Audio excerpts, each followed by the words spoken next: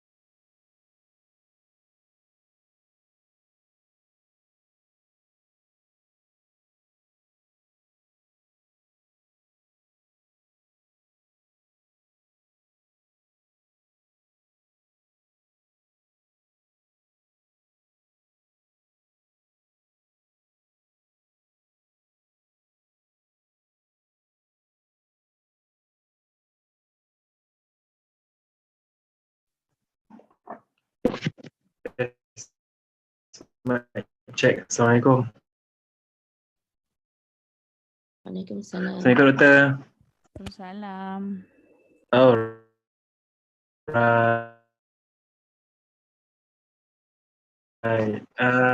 Okay.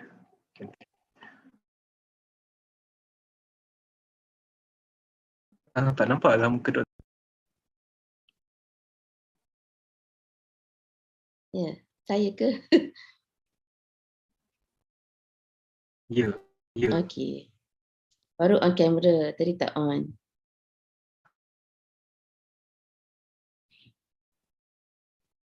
Dia macam ada tersekat-sekat network kot. Sekejap.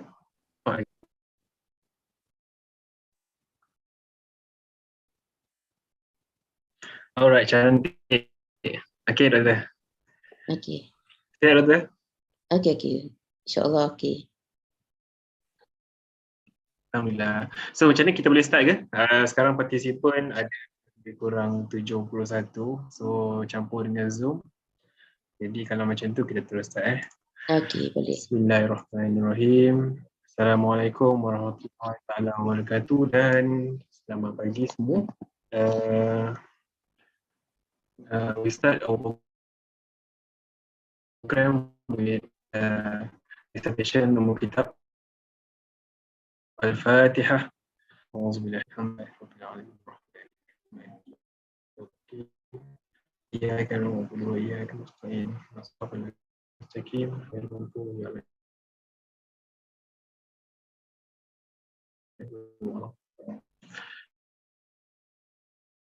Amin. Alhamdulillah. Kita bersemu kembali bersama-sama untuk hari ini. Sebelum kita memulakan program, ada beberapa yang perlu disampaikan lah. Yang pertama berkenaan dengan attendance. Please untuk time in attendance di ayat 10 untuk melayakkan partisipan yang mendapatkan CTD point. Jadi untuk program kali ini, program hari ini bertajuk Academic Affairs related yang akan Profesor Dr. Nurmi Syam Awang dari Deputy Director daripada Ahmad. Jadi tanpa melengahkan masa, saya serahkan kepada Dr. Nurmi. Silakan Dr. Okey, terima kasih kepada Luqman. Okey, Assalamualaikum, Salam Ramadan semua. Saya perkenalkan diri saya Dr. Nurmi Syam Awang Abu Bakar, Deputy Director yang in charge untuk Academic Administration, Management and Administration dekat Ahmad. Okay, so hari ini saya akan go through policies about teaching and learning policies. But mainly in Ahmad kita ada 3 main policies. Satu yang student academic performance evaluation system tu yang kita regulation kita known as SAPIR, and then admission regulation dan change of program regulation. So hari ini saya cuba go through SAPIR 2021 yang latest tu, dan juga change of program, dan untuk admission saya akan tunjukkan dokumen dan juga website Ahmad, di mana kat website tu ada macam-macam dokumen yang boleh dijadikan reference later. Okay, for example, untuk kita tengok dokumen tentang ISO pun ada kat situ, tentang definition of terms and also forms yang boleh download, dan juga academic calendar and whatnot. Okay, so okay, without further ado, saya start dengan presentation untuk okay, first one about SAPIR. Okay, sekejap. Okay, so sekarang ni we have a new SAPIR kan, yang telah di endorsed by Senate in 2021. Okay, so this new SAPIR ni ada banyak jugalah perubahan from the previous one. So I just go through. Okay, so basically SAPIR document yang lengkap we can find in the Ahmad website. Okay, so SAPIR ni actually stands for Student Academic Performance Evaluation Regulations. Okay, so for undergraduate. Okay, and then basically in SAPIR ni kita ada beberapa part and also beberapa clauses in SAPIR. Okay, so first of all, okay, so the first part of SAPIR talks about course registration. Okay, so course registration ni, so when a student enroll in any academic program, so they need to register to a specific program of study offered by our university, okay, in order to get a degree. So they need to be enrolled in a program. Otherwise, they're not considered as student. They need to be properly matriculated and enrolled to a program. And then the clause, okay, so let's go back. Okay, so clause 5 ni basically talking about the academic load, right? So as we know, okay, so since the previous academic load apa tu yang endorsed by Senate, so the latest one is that if a student wants to register for a semester in the regular semester, dia kena ambil at least, okay, minimum 12 credit hours. Okay, mungkin sebelum ni 15, so we let them take 12 credit hours minimum. Okay, and then for whatever reason that they nak ambil less than 12, they need to get permission or approval from the dean of Center of Studies. Okay, because some certain situations maybe they're graduating ke, so they do not need to take 12 as minimum, so up to the discretion of the dean of or the Center of Studies. Okay, so dean kata okay, then it's fine. Okay, and then for maximum academic load, okay, for one full semester, they can take about maximum 20 credit hours. Unless if there are reasons that certain programs need to take more, so they can bring, if it's a, like for a batch of students or whatnot, so they need to get Senate approval, or the dean can basically use the discretion to allow, unless if there are, for certain cases, for case by case, but if there's issues with batch problem with the maximum credit hours, we advise to bring paper to Senate.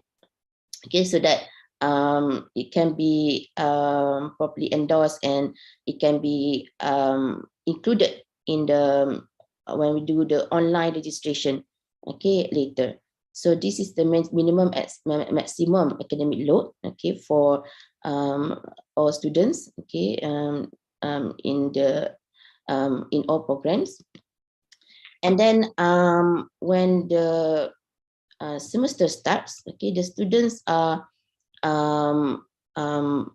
allowed, or the students need, okay, to register for courses every semester, and failure to do so will cause them to be get the status non-registration, and in the end can be dismissed, okay, can be terminated. So they need to register for courses and meet the minimum and maximum requirement, and then it has to be done during the registration period. Okay, so any type of registration beyond the course registration period is the subject to approval of the Dean of the Center of Studies. Okay, so mungkin dia ada sometimes we have intake yang lambat masuk, or certain cases yang membenarkan they register beyond the registration period yang kita bagi. So Dean can give the approval, okay, for the students to register. Okay, and then this is clause 7. Okay, so the student who fails to register for any course by the 4th week of the semester shall receive the status of NR, non-registered, and by the 12th week, okay, so student can be dismissed. So if they do not register, but this one perhaps the administrator of the Kulliyyah can remind the student, okay, or if there are too many, you need to get maybe perhaps lecturers help to remind the students and whatnot. Okay, and any terminated students, okay, shall have to appeal to the Senate for reinstatement. So bila dah terminated, so you need to bring to Senate, okay, to reinstate the status, the terminated status of the student. Okay, perhaps maybe due to health issues, financial issues, and whatnot. So those are the common reasons why students fail to register. Okay, so that is for if they do not register, non-registration. And clause 8 states that okay, so the students are allowed to drop a course, okay, up to the 4th week of regular semester and up to the 5th day in a short semester. Okay, so we will include this in the important dates, okay, in our academic calendar, so that for the administrators, they can actually refer to the that important dates, okay, so that you can actually control in terms of students drop, okay, add, drop, withdraw, and whatnot. Okay, so the new total academic load of students shall not fall below the minimum academic load requirement. So once they drop, okay, so by right, it shouldn't fall below 12 credit hours. But if for certain reasons, for example, they are graduating, they have enough credit hours have been taken, and that can be up to the discretion of the Kulliyyah or the Dean of the Kulliyyah to allow them to drop below the minimum, okay, academic load. And then the drop cost shall not be reflected in the student's transcript. Okay, so once they drop, okay, will not be shown in the transcript, right? So okay, so and now we look at clause 9, the withdrawal. Okay, so a student is allowed to withdraw from a course from the 5th week until the 13th week of the regular semester, and 2nd week up to the 6th week of short semester.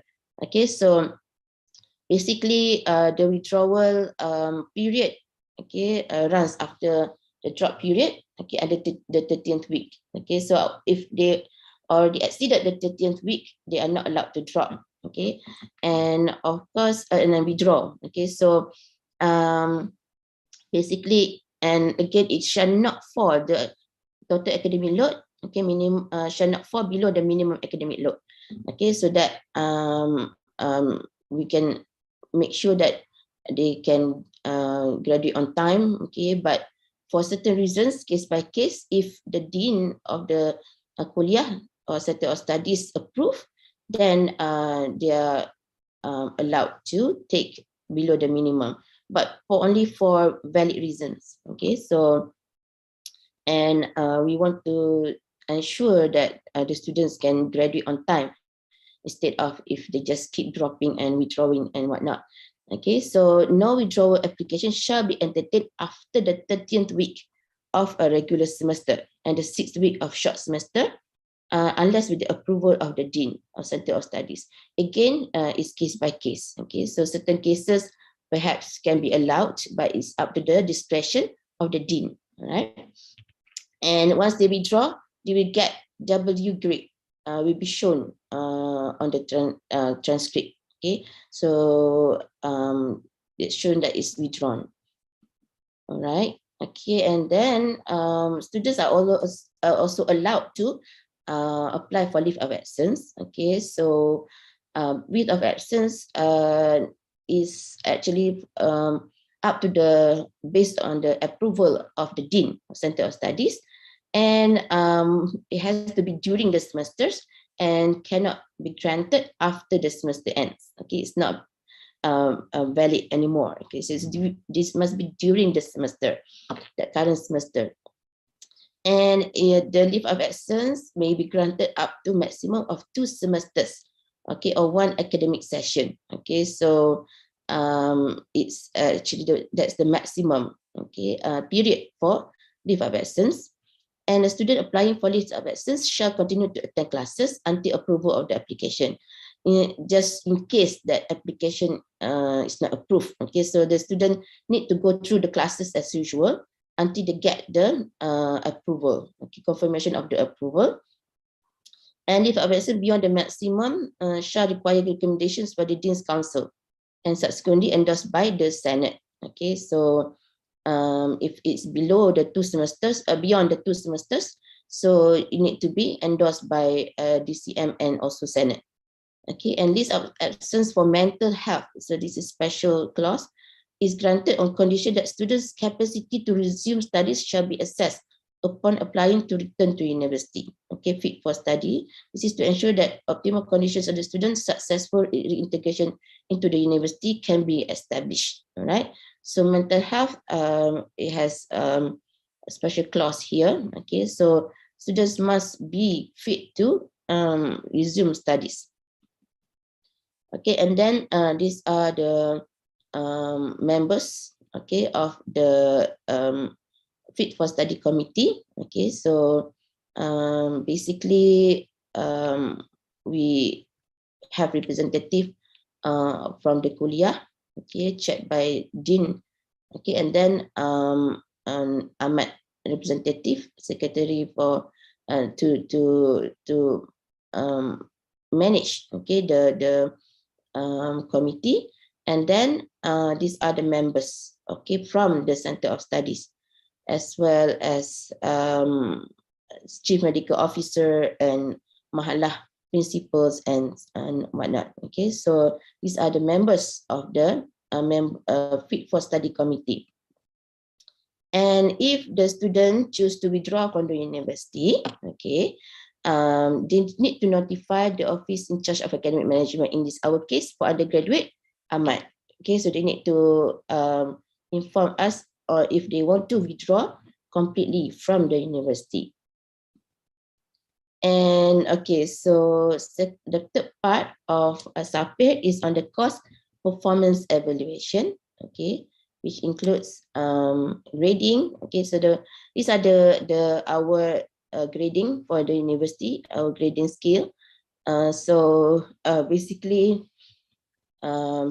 if they achieve 80 to 100, okay, so they will get A and so on. Okay, so passing is C, okay, 50 to 54. Okay, and then below C is considered as fail. Okay, so failure also have their consequences to the student's grade. And for certain courses, okay, they do not have grades A okay, until F, but they use pass or fail. Okay, so for regular, for medicine and dentistry, we use P and F for pass and also fail. But for other courses or the program, okay, we use PA and FA, okay, for pass and fail. okay, and repeated, ada status incomplete, in progress, withdraw, audit, failed, and exempted. Okay, so if they got the transfer of credit from their other courses, other programs, or from other universities, then you can be exempted from taking the courses. Okay, so this the I grade, okay, I grade means incomplete. So what is the consequences of I grade? Okay, so I grade is subject to approval of the dean. Okay, so for example, if the student does not manage to complete, okay, a course in that semester, the regular semester, or even short semester, so they be given incomplete grade. Okay, but what is the consequences? Okay, so the student shall fulfill all remaining requirements within first 4 weeks of the following semester. Okay, so if they got incomplete in semester 1, for example, so in semester 2 they need to complete everything within 4 weeks. Okay, so if they fail to do so, to complete the grade, the course, okay, the grade from I will be based on the work already done. So if they done half of it, halfway they got the suitable grades of the work that have been done, right? So that is the consequences of the I grade. And you also have IP. Okay, we also have IP grade. So IP in progress, means in progress, is given to courses that may exceed 1 semester. For example, most common is the internship. Okay, so internship, perhaps they start in the middle of the semester and carries until the next semester. So that will become in progress. Okay, so basically they need to finish. Once they finish, when they got the result, okay, they need to either, okay, so they will get the grade, okay, after they completed the work. Okay, so normally for courses, this coursework, it depends on case to case. So but most of the time it is because of internship or certain conditions of the course that need to exceed 1 semester and whatnot. Okay, so if they get IP, so they need to, of course, they have an ending date. Okay, especially for internship. So once they complete the course, the program or the internship, so they can the grade will be based on the final work that has been done. Okay, so for example, if they got grades A and whatnot, so they'll be graded after, okay, the period that has been given to them. All right, so most of the time in general is because by courses like internship and whatnot, right?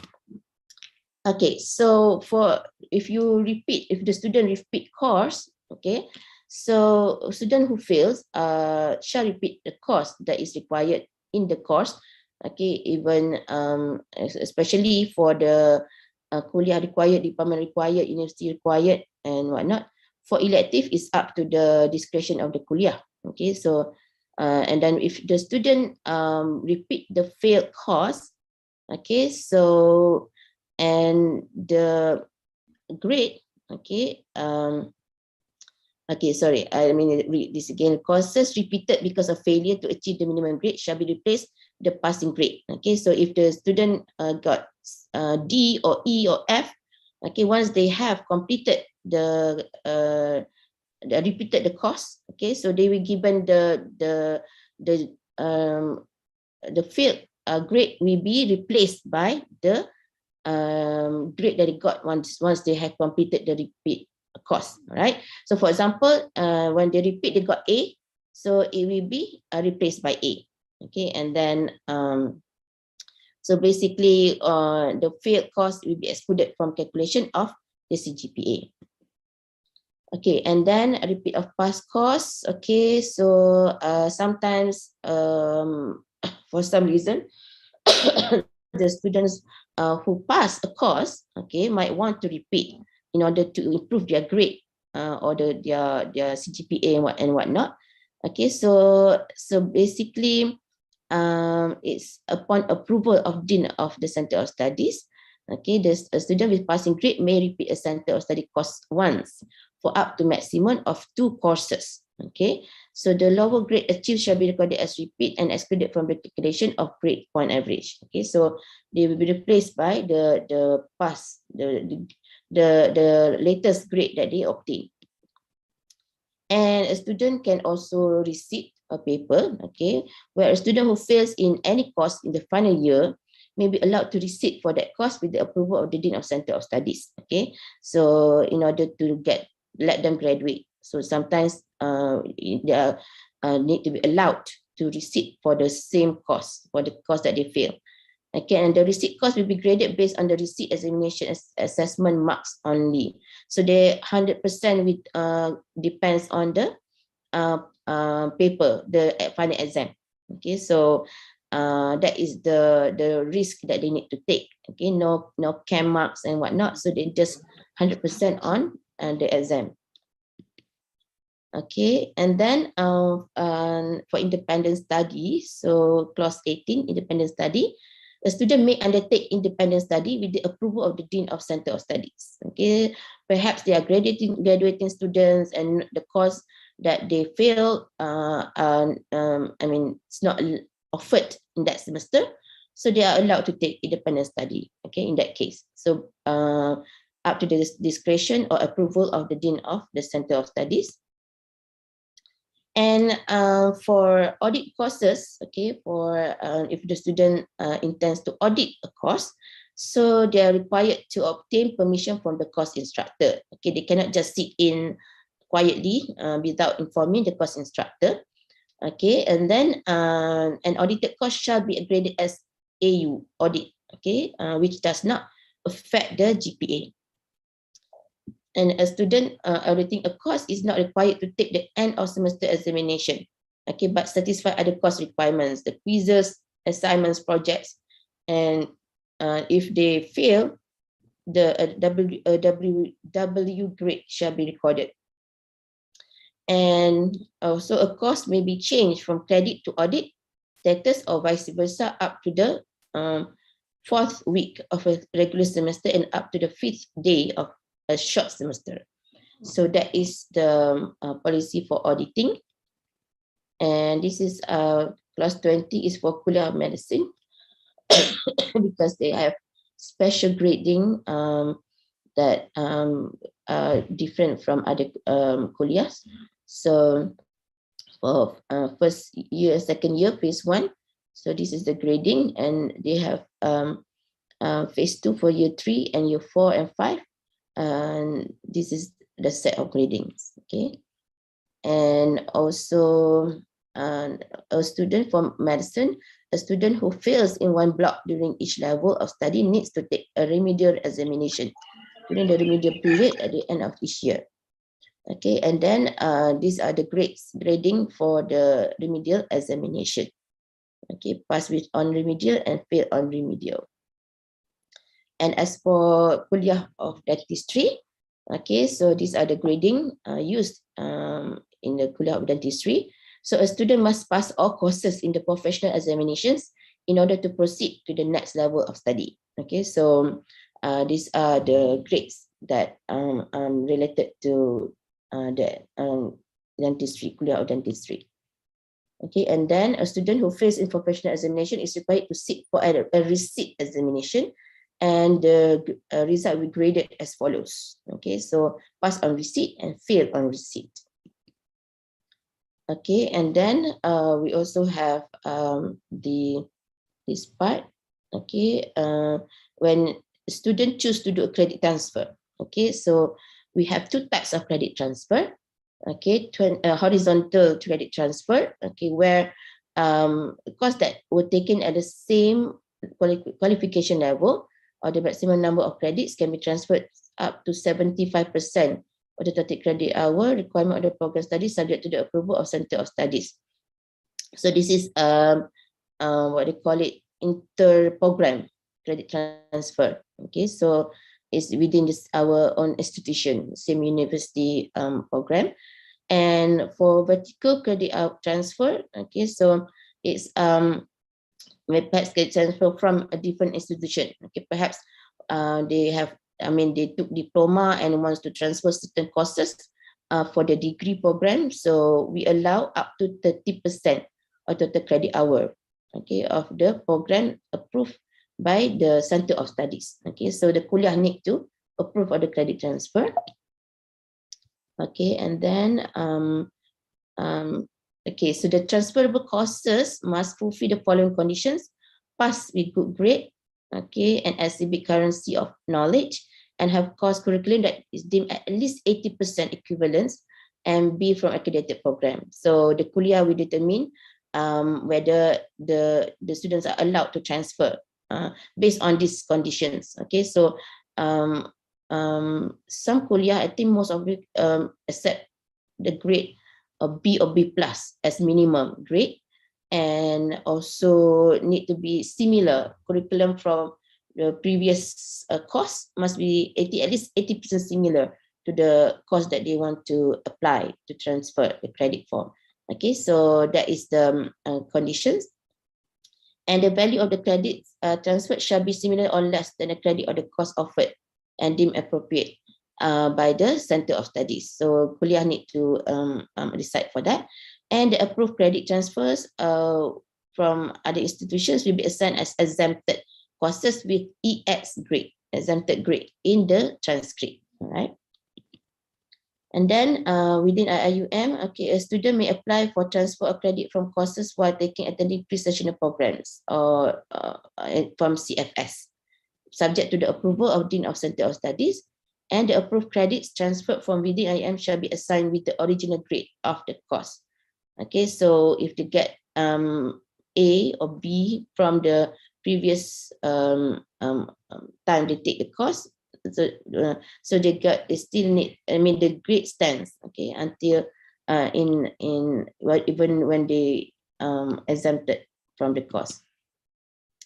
Okay, so these are additional cost requirements. Okay, so Center of Studies may impose an additional requirement for a course such as class attendance and perhaps participations and whatnot. Okay, it's up to the Kulliyyah.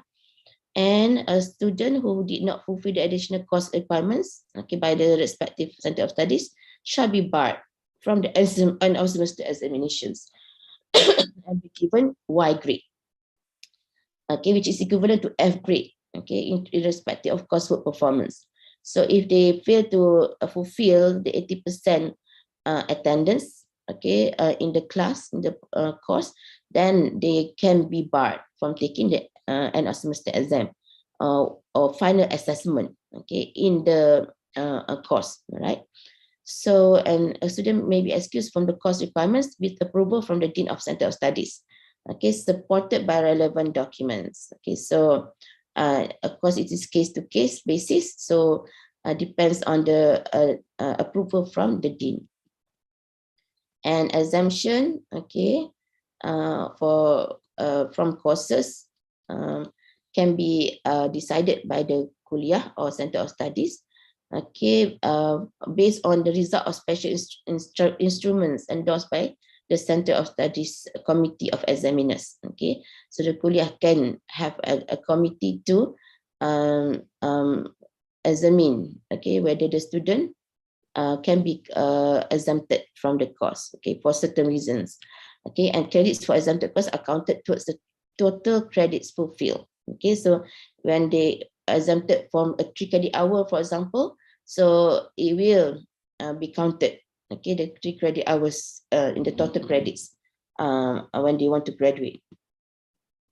Okay, so part 4 is about assessment, okay, examination. Okay, so basically a registered student shall be assessed for all courses taken unless he is excluded from assessment, and a student grade in a course is determined by the assessment method weightage in the course outline.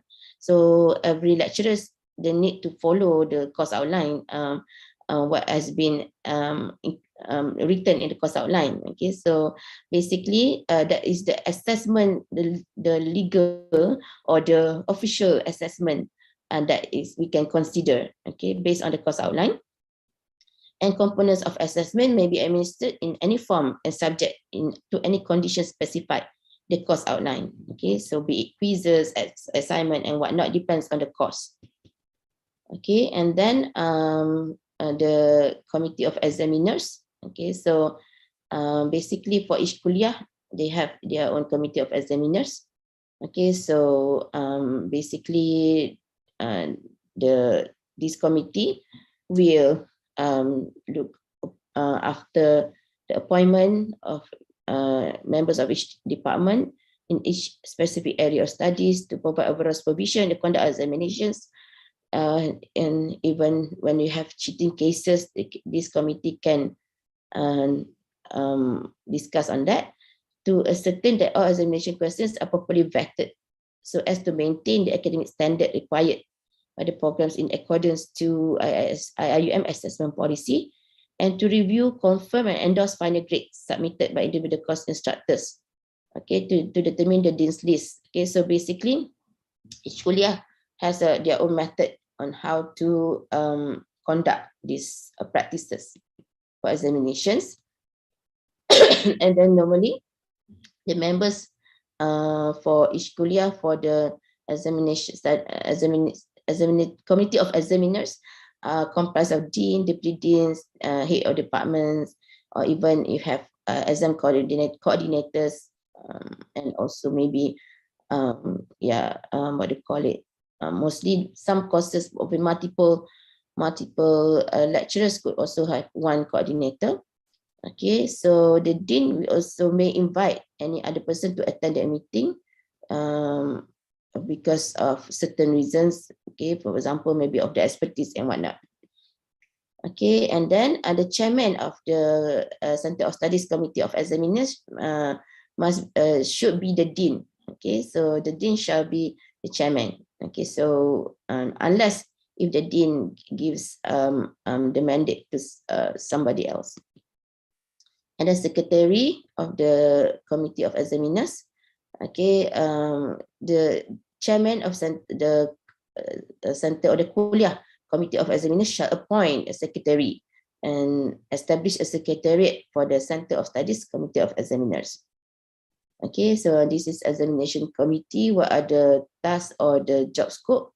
Okay, so normally is to vet the end of semester examination, to review and approve the final grades, okay, and to submit the final grades to the committee kuliah or Center of Studies Committee of Examiners. And for end of semester examination shall be held starting from week 15 of the regular semester or starting from week 8 of the short semester. Okay, and then for absence during end of semester examination, a student is not allowed to be absent, okay, from a student examination without a valid reason. For example, medical reasons, for certain valid reasons that are acceptable by the kuliah. Okay, and the Center of Studies shall record an examination grade based on the coursework mark for a student who is absent without a valid reason. Okay, and their mark can be just based on CAM, okay, the coursework. And then for decentralized exam, okay, so decentralized of an semester exam shall be conducted anytime from the last day of class until the last day of the examination period. Okay, so if you choose to do a decentralized exam and a semester exam, so it's more flexible compared to the examination centralized exam period. Okay, it can be anytime after the last day until the end of exam period. Okay, but until the exam period ends, right? And course instructor who wishes to conduct a decentralized end of semester exam shall get approval, okay, from the Dean of Center of Studies. And decentralized end of semester examination is mandatory for courses with less than 10 students, okay, excluding courses which are conducted in multiple sections. Okay, so if you're sometimes for elective courses, you have less than 10 students, so it's advisable to do a decentralized exam and a semester exam. Okay, so easier for you to control. And for special exam, okay, so special exam shall be arranged for a student who is absent from the end of semester examination on reasons acceptable. For example, in one of my exam, during the exam itself, one of my students met with an accident. So when he came to the hall with all the blood and everything, so we give the excuse to get for him to do a special exam instead. Okay, because of that situation. So that's sometimes things like that happen. Okay, and a student shall not be allowed to defer special examination without a valid reason acceptable to the Dean of Center of Studies, or otherwise shall be graded on the coursework marks. Okay, so if they given a special exam and still cannot attend it, so they'll be given marks based on the camp marks only. And for the barring from the examination, so basically, excuse me. Okay, so Dean of Center of Studies may bar a student from taking assessment in the case where the student fails to meet any of the requirements of the course. Okay, perhaps attendance requirements, or maybe they did not do any of the assessment, so they are not participating at all in the course. Okay, and students who are barred from assessment shall receive Y grade, which is equivalent to F grade. Okay, it's respective of coursework performance. So some students, they have problems to attend the class, but they perform well in the coursework. Okay, so but we will not consider that as well. And official course results, the grade for any course shall be endorsed by Center of Studies Committee of Examiners. Normally, the examiners, board of examiners, they have a meeting after the mark entry period ends. Okay, so the Kulliyyah board of examiners will have a meeting to deliberate and also endorse the result. Okay, and then a student shall be notified of the course grade by the office in charge of academic management. And also notwithstanding the above, the university reserves the right to withhold the course grade of a student based on the recommendation of the relevant university authority. That also happens, okay, because sometimes the course instructor perhaps suspected some issues with the students' grade and whatnot. So, and the university and also the Kulliyyah can withhold the result of the student because until investigation has been completed. Okay, so that can also happen. And then when when the grade has been released, okay, the student may find that they want to do a rechecking for the course, so they may apply to do rechecking for the final examination or final assessment. Okay, so a committee of examiners may initiate rechecking of the course grade in the case of irregularities, and change of grade may happen. Okay, so that is also common. Okay, after the final exam, after they got the grade, the result, they might find that they want to apply for rechecking. Okay, and upon rechecking, there are most probably the grade can change. Okay, if the person who do the rechecking finds that the grade should be either upgraded or downgraded. Okay, that could happen. And change of grade shall require recommendation by the Center of Studies Committee of Examiners and subsequently endorsed by Senate. Okay, it has to be brought to the Senate meeting approval. Okay, so part 5, academic standing. So we assume, okay, so a student on a good academic standing if its GPA is 2.0 or its equivalent and above is maintained, okay, and a student who obtained a GPA of 3.5 and above has registered for at least 12 credit hours or its equivalent and passed all courses is eligible for the Dean's list. Okay, so this is considered as what we call good academic standing. So those who got 3.5 and above GPA for that semester, and must take at least 12 credit hours. If they take less, then they're not eligible for this list, and pass all courses. If they fail one course but they got A, for example, for other courses, they are not eligible, still not eligible for this list. They must pass all courses. And for students who get CGPA of 2.0 but not less than 1.67, okay, so it's they are on probation. Okay, so basically we will be included in the report, okay, of the result. Okay, so those who are on probation and whatnot, and a student on probation shall carry an academic load of not more than 18 credits if they are on probation. So they should not carry more than 18 credits for the semester, so that they can actually focus more on their studies or improving their grades. And then for clause 38, academic dismissal, a student shall be dismissed from the university if a CGPA of less than 1.67 is obtained, and a student fails to earn CGPA of 2.0 or above while on probation, and if the student obtains probation for the third time, which is non-consecutive, during his period of studies. Okay, so it doesn't have to be a consecutive, but after 3 times of probation, so the student shall be dismissed. Okay, and notwithstanding 3.38.1, okay, a student shall be dismissed from the dentistry or medical program if he or she exceeds the maximum allowable duration of study based on the phases of the study. So the Kulliyyah may decide, okay, on the whether, because sometimes students because of the certain reasons, valid reasons, they may be allowed to do the maximum, but to exceed the maximum, but it's up to the discretion of the Kulliyyah. Okay, so basically these are the conditions for dismissal. Okay, and then once we dismiss, okay, so then we may have application for readmission. Okay, so for readmission, a student with no disciplinary misconduct who has obtained a CGPA of more or equal to 1.0 might be considered for readmission with the approval of Dean of Center of Studies.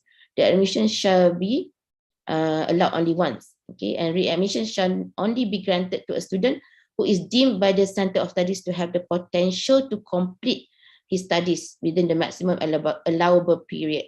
Because the Kulliyyah may look at the certain records of the students and decide whether the students have the potential to complete the studies within the maximum period, allowable period. So readmission shall resume on good academic standing prior to dismissal, and level 1 students may choose to be readmitted on a clean slate, so that we not have any prior records. Okay, and archive semester shall be counted as part of the period of study. A readmitted student shall obtain a CGPA of at least 2.0 at the end of the semester of readmission, failing which shall result in dismissal. Okay, so they need to obtain, to consistently obtain minimum 2.0 CGPA, okay, after the end of semester, okay, of readmission.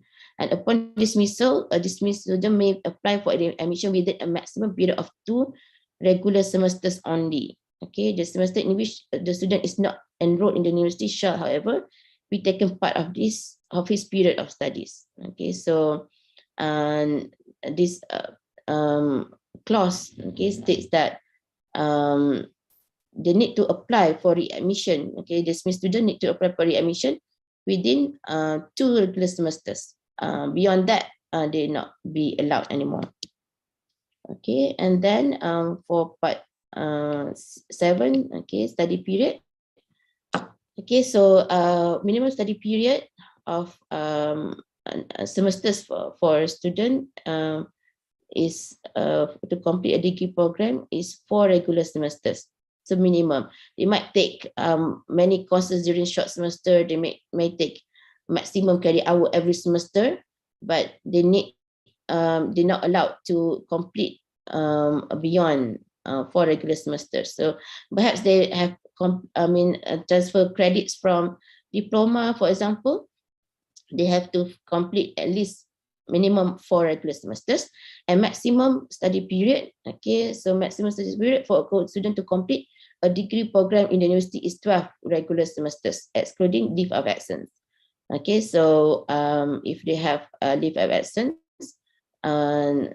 basically it's not counted. So they have 12 regular period plus if they have leave of absence. All right, so that is the maximum study period.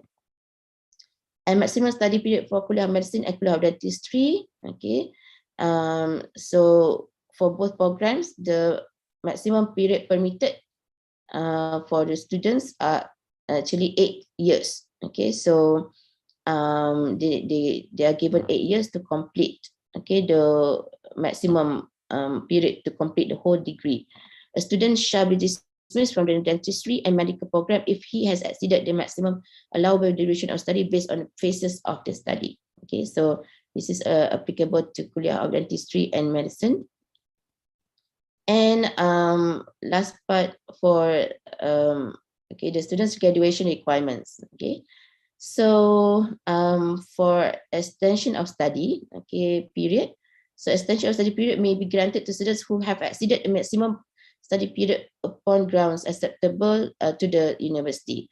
So perhaps for certain reasons like health and maybe financial and whatnot, so they can extend beyond the study period, maximum study period, but has to be endorsed by the Senate. Okay, so the Kulliyyah has to bring the case to the Senate and endorsed by the Senate. All right, and then okay, so and then you have also Senate Graduation Committee. Okay, so this committee is responsible to verify and endorse the graduation list submitted by the Center of Studies. So after the Center of Studies come up with the list of graduating students, okay, so they need to submit and be endorsed by, we have a committee in Ahmad. Okay, so we will endorse the list, okay, based on criteria like credit hours met and whatnot. And we also there will be sort of checking for students who has obtained a final CGPA of 3.5. So for the final semester, final CGPA, and if they obtain 3.5 and above, is eligible for rector's list. Okay, so from this year, the 38 convocation, we will include rector's list in the transcript on top of the dean's list. So the rector's list, if they obtain a rector's list, they will be shown in the transcript. Okay, so that is for the and also for general provisions. Okay, Center of Studies may issue guidelines for implementation of these regulations. You might have your own guidelines. Okay, it's up to the Kulliyyah, you can do so. Okay, and then prerogative of the Senate. Okay, the Senate reserves the right to bar, suspend or dismiss any student from the university or any of its classes whenever such an action is deemed necessary in the interest of the university, perhaps for disciplinary reasons and whatnot. And notwithstanding these regulations, the Senate reserves the right to make the final decision on any academic matters. And in the event of any dispute relating to any section of these regulations, the interpretation of the Senate shall prevail. Okay, so Senate has the last say. Okay, so whatever decisions, okay, need to be decided by the Senate. Okay, all right, and so that's it for Sapir. So I think I'll just go through the next slide, and then after that we open for Q&A. Okay, so let me open. Okay, the next policy that I want to highlight is the change of program. Okay, and then later we go through the Ahmad website in order to find see all other documents that are related, okay, to academic management. And also we have the admission policy, which I can show you where it is, and we can go through it later. Okay, so for change of program regulations, we had a revision, okay, for 2021, and has been endorsed in the Senate meeting for its fourth meeting in January 2022. Okay, so after deliberations with the deans and also members of the Dean's Council and so on, so we have this policy regulation has been endorsed in the January 2022 Senate meeting. Okay, so basically, when we talk about change of program policy, so these are the application criteria, okay, for change of program. So an applicant has completed at least one regular semester of his offered program. So perhaps the student, once they've gone through the first semester, they find that the program is not suitable for them, and they were interested in other program. Slide tak berubah. Oh, tak berubah. Okay, sorry. Sekejap. Sekarang berubah tak? Okay, I stop sharing. I share again, ya.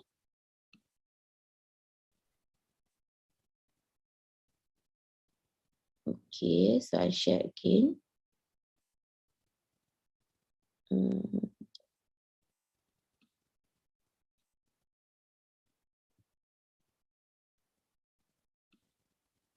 Okay, nampak tak? Sekarang berubah. Okay, doktor. Okay. So sekarang ni change of program regulations for undergraduate. So we have made the changes. Latest one endorsed by Senate in January 2022, and then these are the application criteria. Okay, for change of program. So applicant must have completed at least one regular semester of his offered program. Then the student can decide whether the program is suitable or not suitable for them, and they want to more interested in other programs and whatnot. And the student has attempted no more than 40 credit hours. Okay, so if they're more than 40 credit hours, they are not allowed to do change of program application. A student has obtained minimum of GPA as determined by the respective center of studies.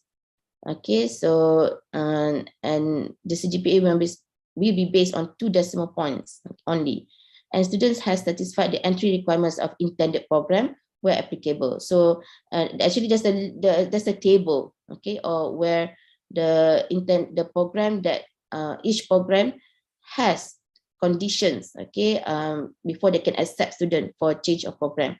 And normally sometimes some programs they want to do interview, so that's also one of the conditions that they can impose before they accept a student for change of program. And then you also have a change of offer. Okay, so the change of offer will be deliberated by the university admission committee based on the following conditions. The candidate has yet to be enrolled at the university. The candidate fulfill the entry requirements of the intended program, and there is the availability of places in the intended program. Okay, so that is the criteria for change of offer. And okay, let me change this setting. Okay, and then for terms and conditions of change of program. Okay, so we have several terms and conditions. Okay, a change of program is allowed once during the student's period of studies.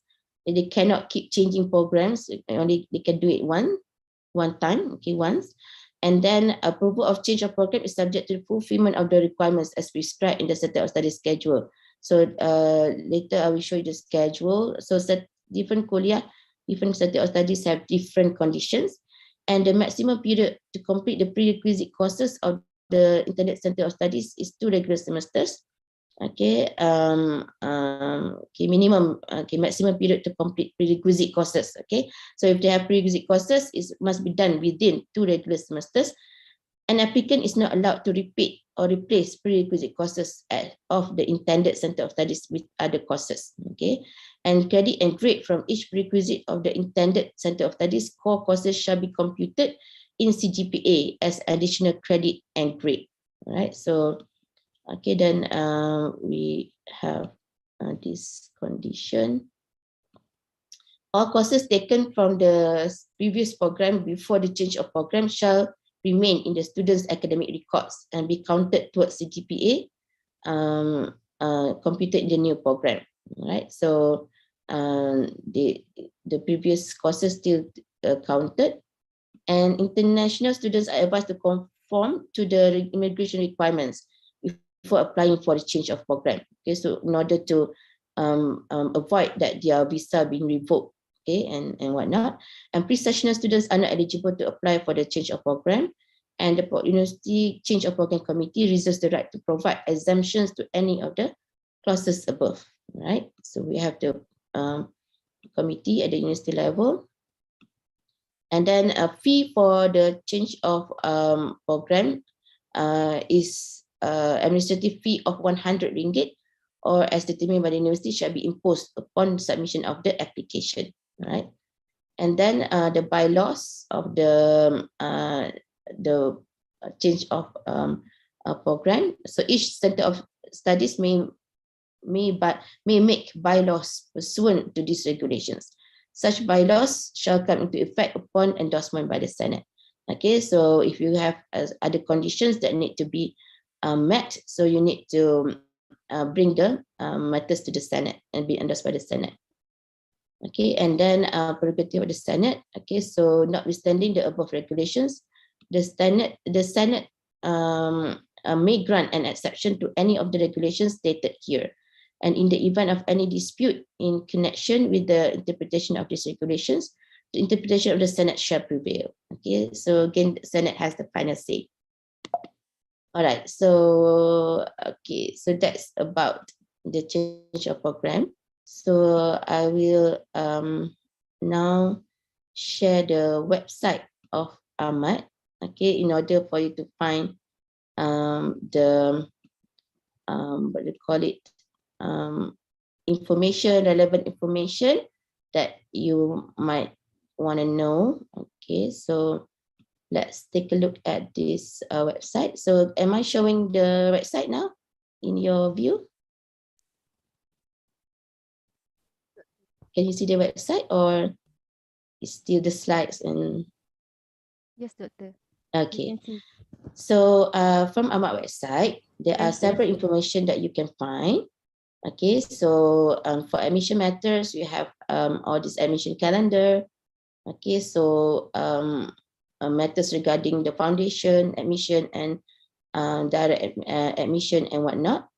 Okay, so you can find all these documents, okay, in the admission matters. And at the moment, okay, we are revising these admission regulations 2015. So inshallah, we come up with a new one soon. Okay, so basically on this admission matters, okay, you can find it there. And for academic matters, okay, so you can find academic matters, okay, in the academic system, all this definition, the credit hour, academic advising, academic workload, and whatnot from this link. All right. And then for SAPER 2021, you can upload the latest version here. If there is any updates, we will upload it in this link. Okay, so you may find it in this link. And then you have the every time the new students enroll in the university, we will give this sheet, this what do you call it, a flow, okay, from their enrollment until they graduate. So what they need to do, okay, so inshallah student should be able to follow that. And then we also have a change of program regulations and policies, like what I have presented just now. And then from this in this link, teaching and learning policies. So you have all these documents to support the teaching and learning. Okay, this is again SAPER 2021. Okay, any changes in the policies will be updated here.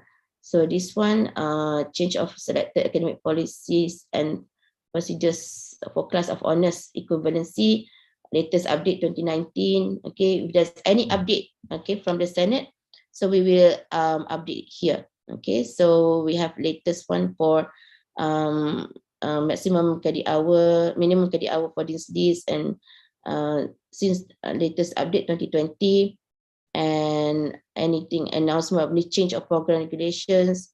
Okay, also we put up, upload the latest one. Okay, admission regulations and also for AKAR. Okay, so you can download the documents here. And this is for academic calendar. If you need to refer to the academic calendar, and also admission calendar, academic calendar, important dates for administrators, perhaps you can observe the important dates. Okay, so you can get the latest important dates from this link. Okay, so you can download the link, the files, okay, for examination, timetable and whatnot. So you can get it from here. So you can actually navigate the website and try to find the documents relevant to you. Okay, so another one I want to show is the ISO documents.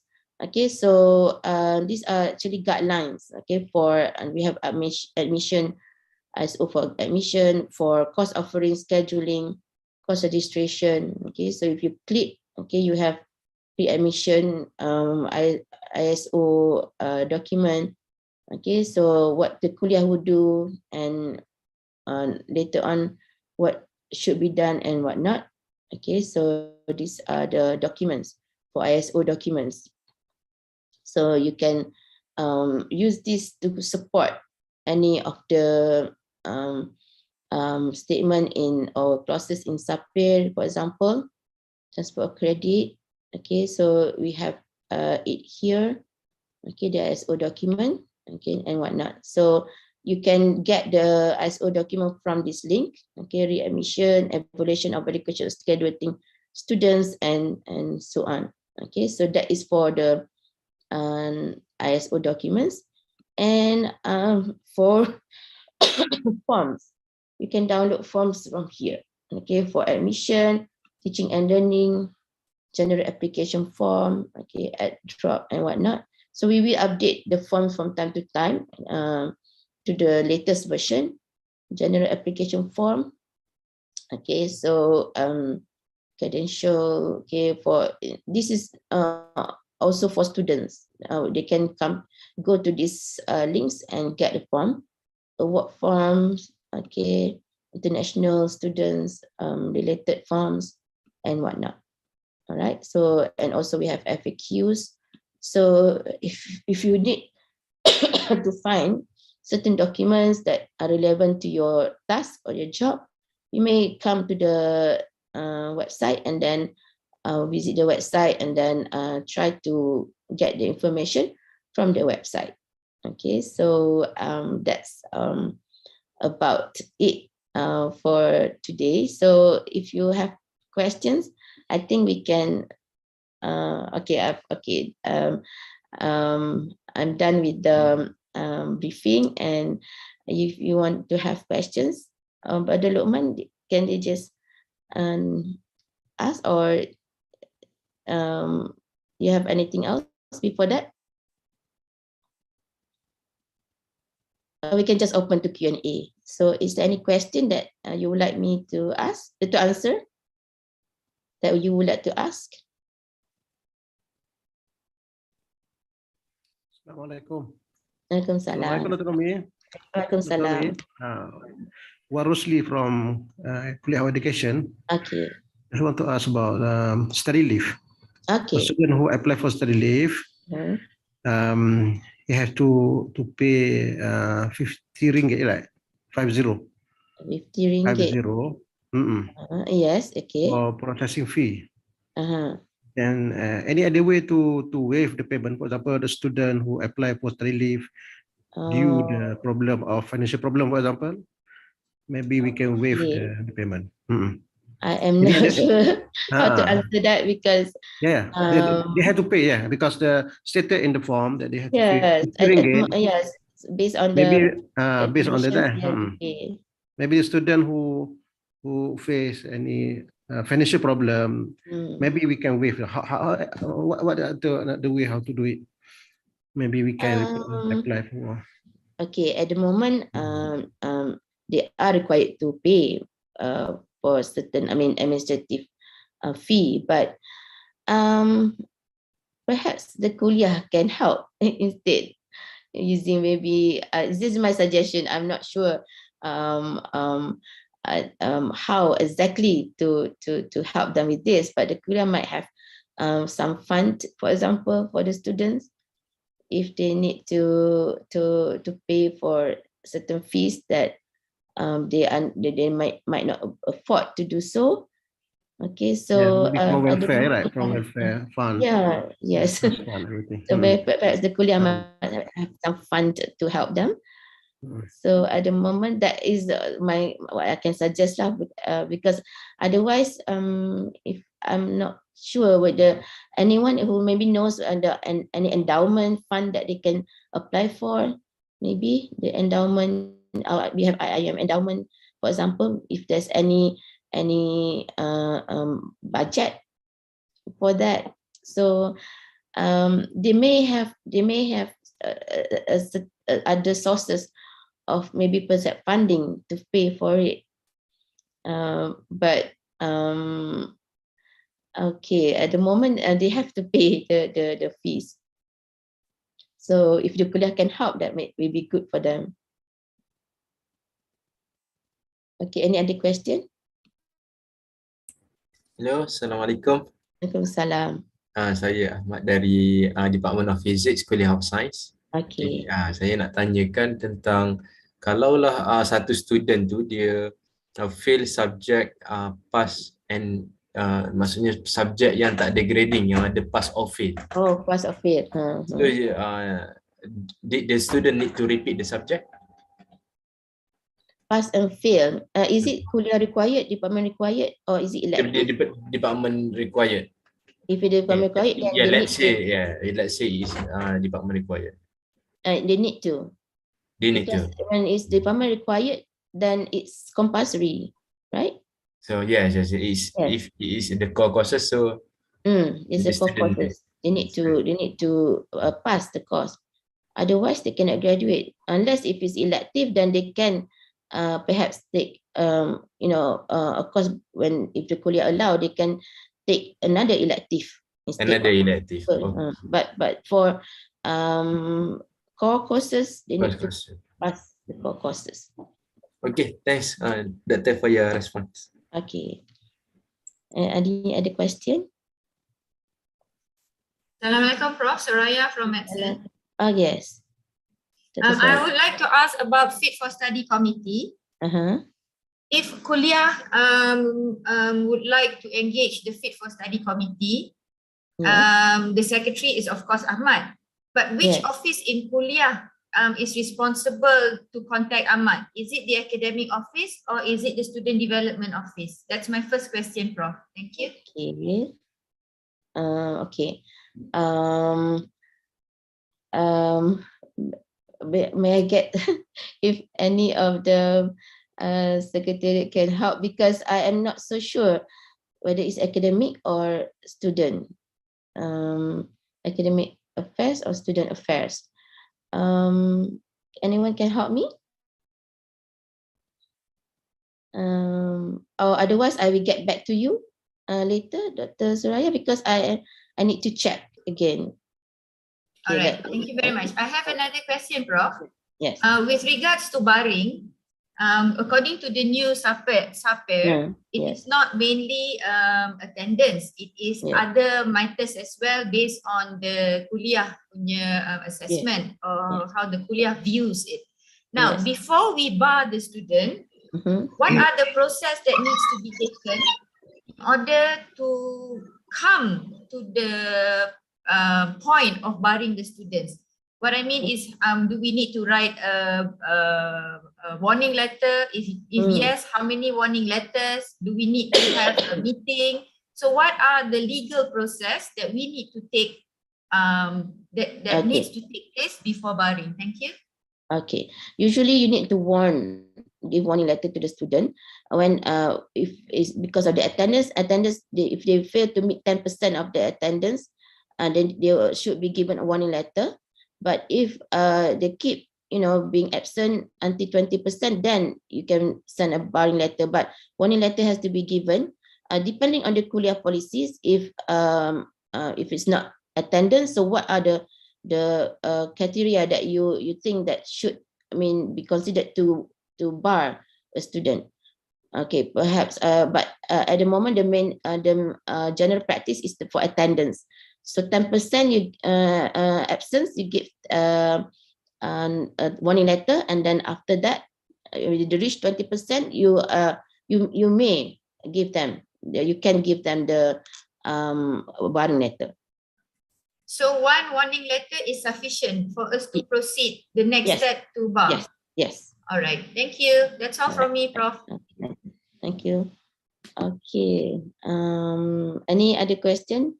Let me try to get the answer for that, or your previous question. Okay. So any other question for related to the policies?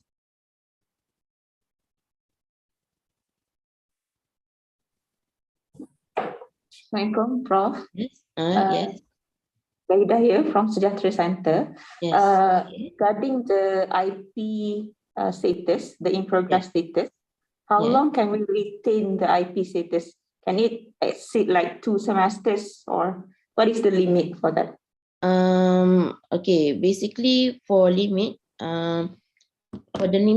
for IP, so basically they can at least finish I think within a few weeks, within 2 weeks of the, but for IP, for an internship, for example, it depends on the time they need to take.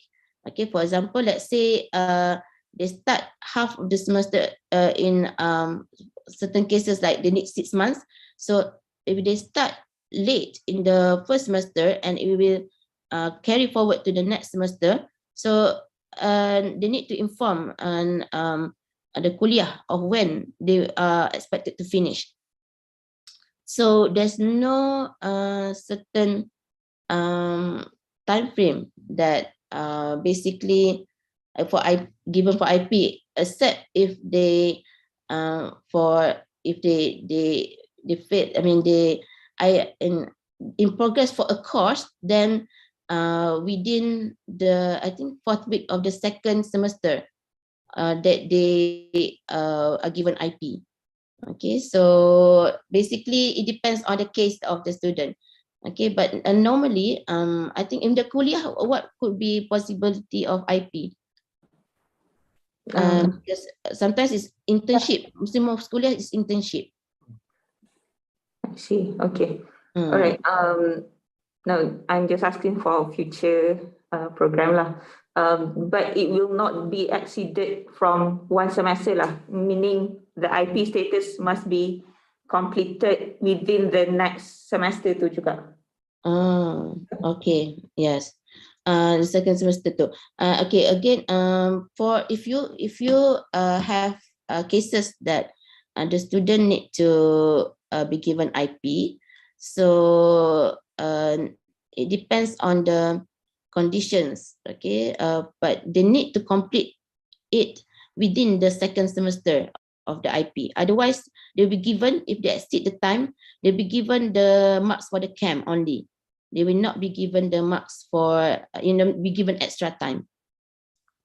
Okay, so that's they must be finished within the stipulated period.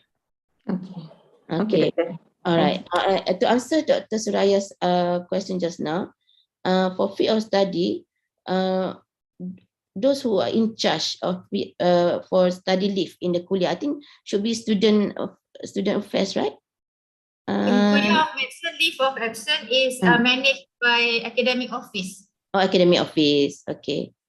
Because in other Kulliyyah, is by the student affairs. Okay, so those who are in charge of the study leave, we report to the field of study. Okay, so basically, hopefully that answers your question. And the other questions, if you have other questions. Assalamualaikum, Dr. Nomi. Salam, yes. This is Dr. Fatimah from Kulliyyah of Science. Oh, yes. I have question regarding the independent study because I think I'm not very clear about how to determine a course as an independent study. For example, if we have open elective course and then suddenly kita cuma ada one je student register, does this call independent study? Okay, and one of the condition is that for independent study is eligibility for independent study is the student is graduating student.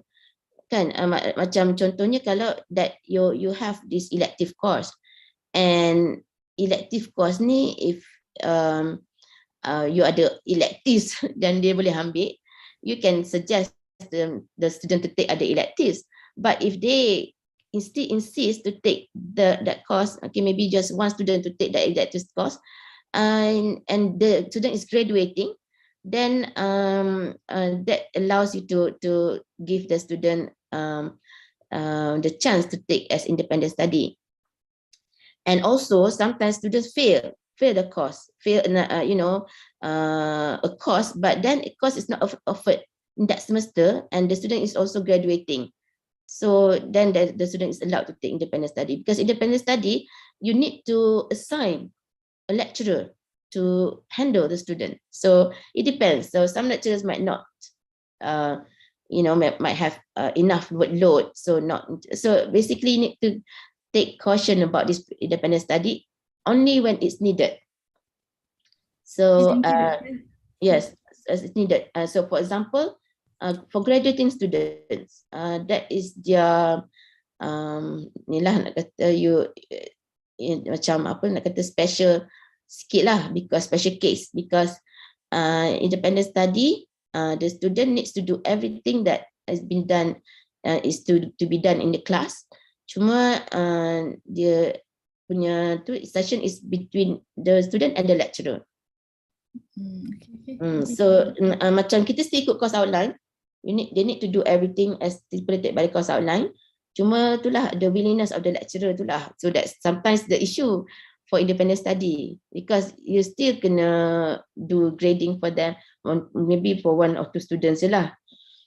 Tak ramai kan. So that is sometimes the condition lah to allow for independent study.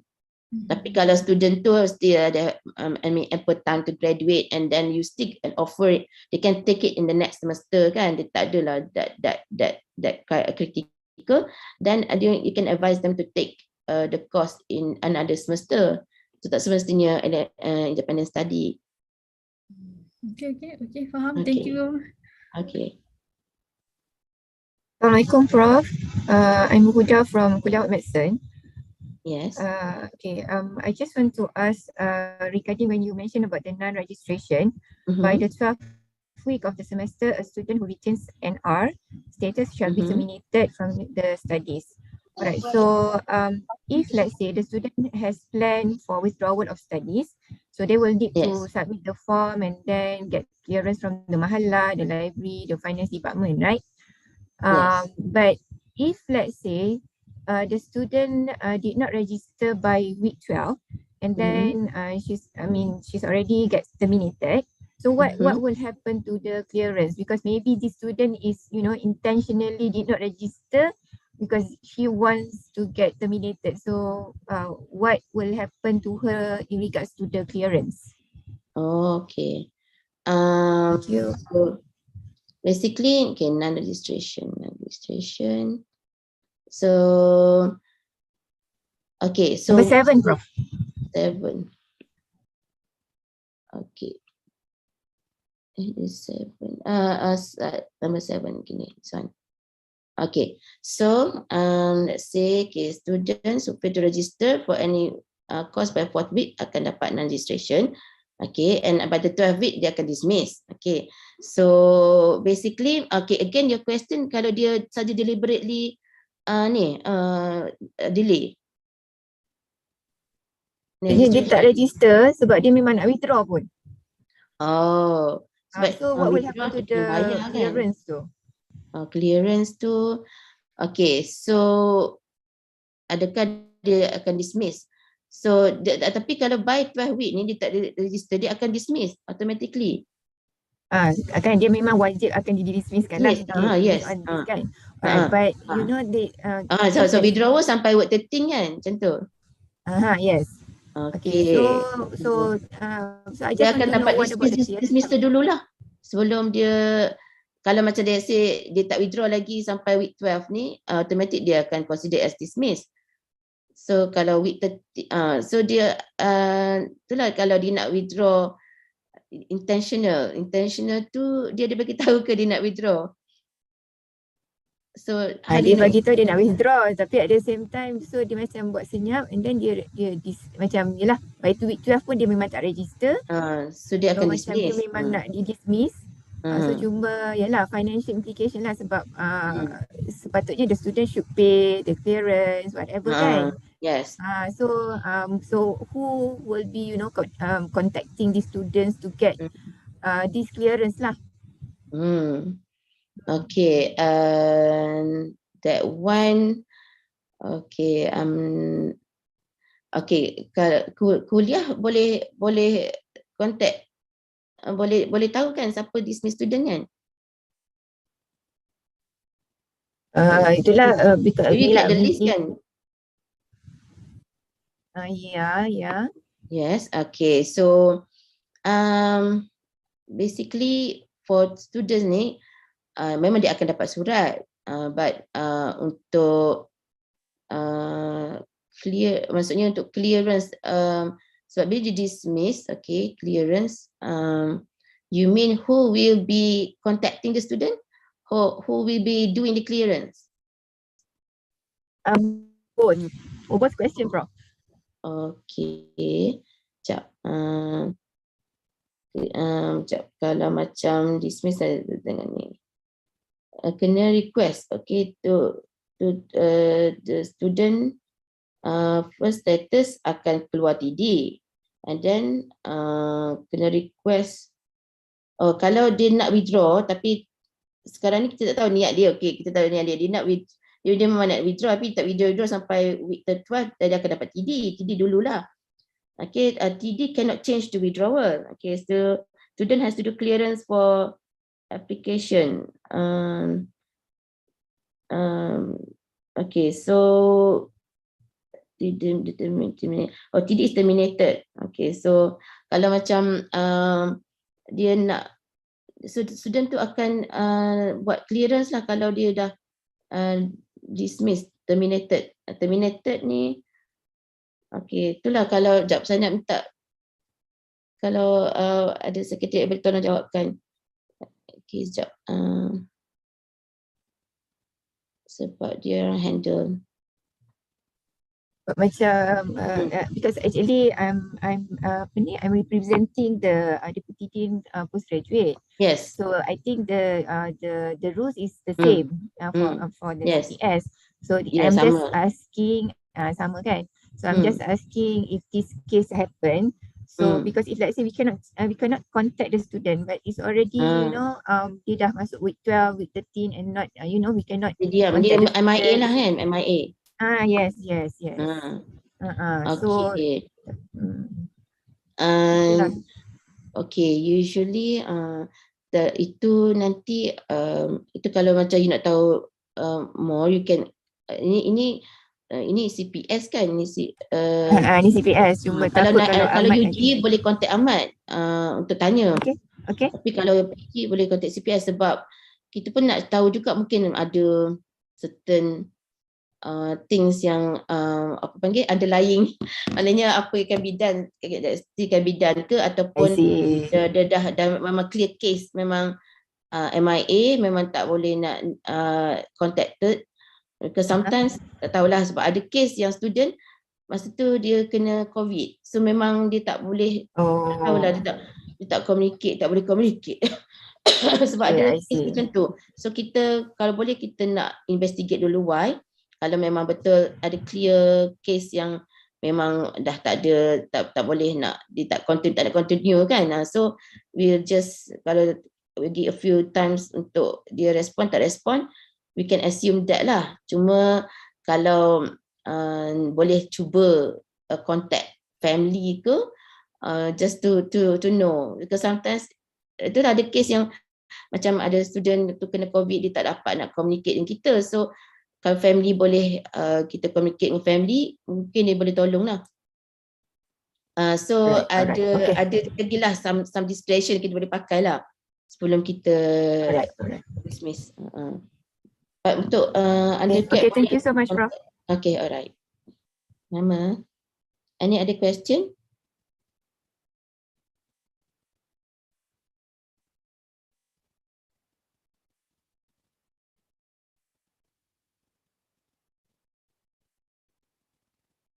Ada soalan lagi? Rasanya dah okay, dah exit time, tak tahu. Okay, pada Luqman, back to you.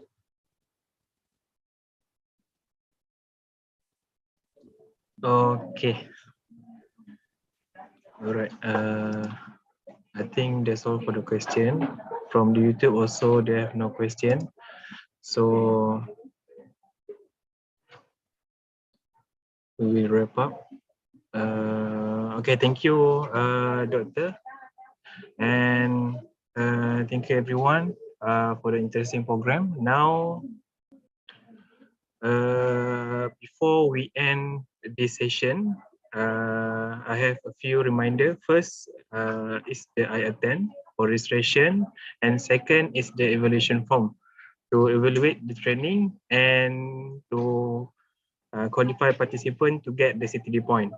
And last but not least, for those who are not complete two reminder, I attend and evaluation will not get CTD point. Okay, thank you ladies and gentlemen, brothers and sisters, for your participation. And you guys can watch this training or the previous training at our YouTube channel, IUM MSD Competency Development. And if the content benefits you, you guys can consider to like, subscribe, and share our channel to others. I hope you guys enjoyed the program and stay safe. So thank you again, Doctor. And we will close this program with Tasbih Kafarah and Surah Al-As. Subhanakallah bihamdi, subhanakallah bihamdika, asyhadu an la ilaha illa anta. إلا الذين آمنوا وعملوا الصالحات وتواصوا بالحق